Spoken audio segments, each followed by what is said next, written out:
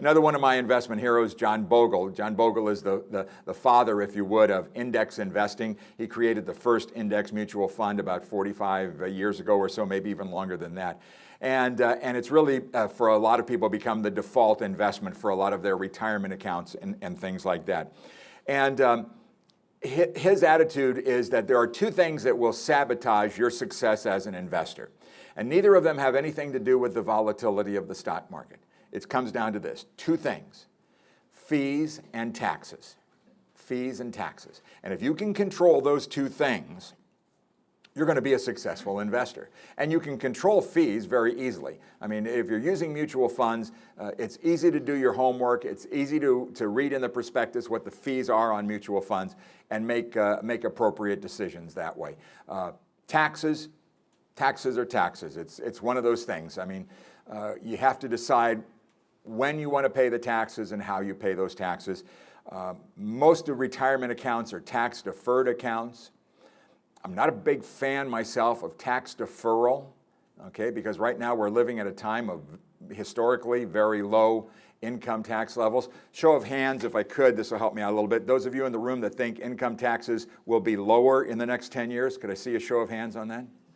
Okay, so tax deferral simply means you're putting off paying taxes until a time when taxes are higher, probably on a bigger amount of money as well. So you probably now should be exploring, while taxes are as low as they are, the possibility of taking your tax-deferred accounts and converting them over to tax-free accounts, the Roth account, the Roth IRA, where your money grows tax-free and there is never a tax liability on any earnings or growth over a long period of time. It's a smart way to go, and what you would do is take a traditional tax-deferred account, an IRA, a 401k, and simply make that conversion over to the Roth IRA. Now, that is a taxable event, okay? So you're going to have to pay taxes on all the build-up deferred growth in the account.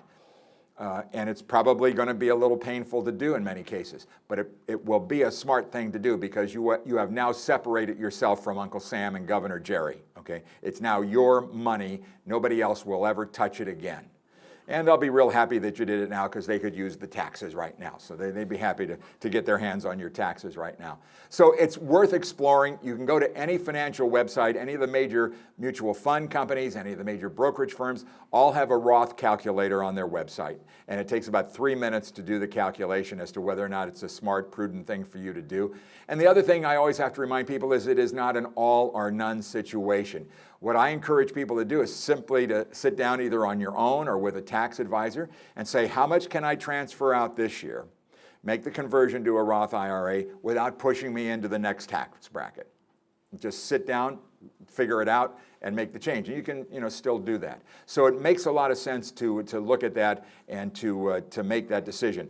More and more people are doing it. It's a smart thing to do, and there's a lot of things that will benefit you by doing that now and not putting off longer.